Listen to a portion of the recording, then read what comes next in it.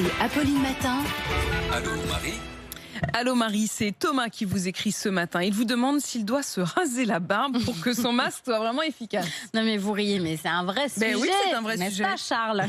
Ah non, ils n'auront pas ma barbe. Ils touchent pas à ma barbe.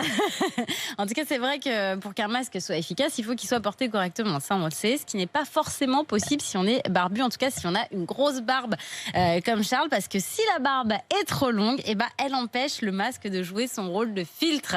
Et les gouttelettes qui sont à l'origine des infections par aérosol s'échappent du masque. Donc, si une personne a une grosse barbe et qu'elle parle, il y a des particules virales qui vont s'échapper et elle peut potentiellement contaminer d'autres personnes. Par contre, si c'est une barbe de 3 jours, a priori, il n'y a pas trop de problème. En fait, c'est vraiment si les poils de la barbe empêchent le masque d'être au contact de la peau que ça l'empêche d'être efficace. Et c'est encore plus le cas avec les masques FFP2 ?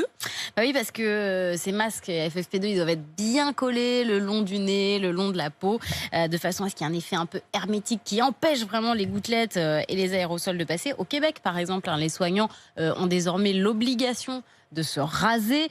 C'est le cas d'ailleurs aux États-Unis depuis très longtemps. En France, ce sont les chirurgiens qui ont l'obligation d'être rasés. On comprend bien le principe, y compris les barbes courtes d'ailleurs. Et depuis quelques jours, dans certaines régions, en Allemagne et en Autriche, le débat commence à monter puisque le port du masque FFP2 est en train de devenir obligatoire dans les transports en commun et dans les commerces. Et du coup, effectivement, cette question se pose. Il y a même le maire d'une ville bavaroise qui a lancé un appel, un challenge comme ça sur Internet qui, on le voit, après, rasé, pas rasé, en disant voilà, suivez-moi, faites comme moi. Et ça a créé un vrai débat au sein de la société sur l'obligation ou pas de se raser la barbe. Ça, j'avais pas imaginé que ça serait un tel enjeu. L'amende de 135 € pour port de barbe, on l'avait pas vu venir celle-là. Dis donc, tous les deux, et Louis et Charles, vous êtes très Faudra menacés. fixer le nombre de millimètres.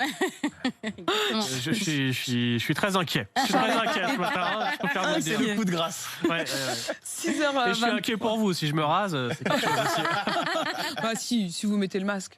Oui, C'est sûr, voilà, ça voilà. tira très bien. Le maire bavarois, ça lui va très bien, par exemple. Oui. On verra.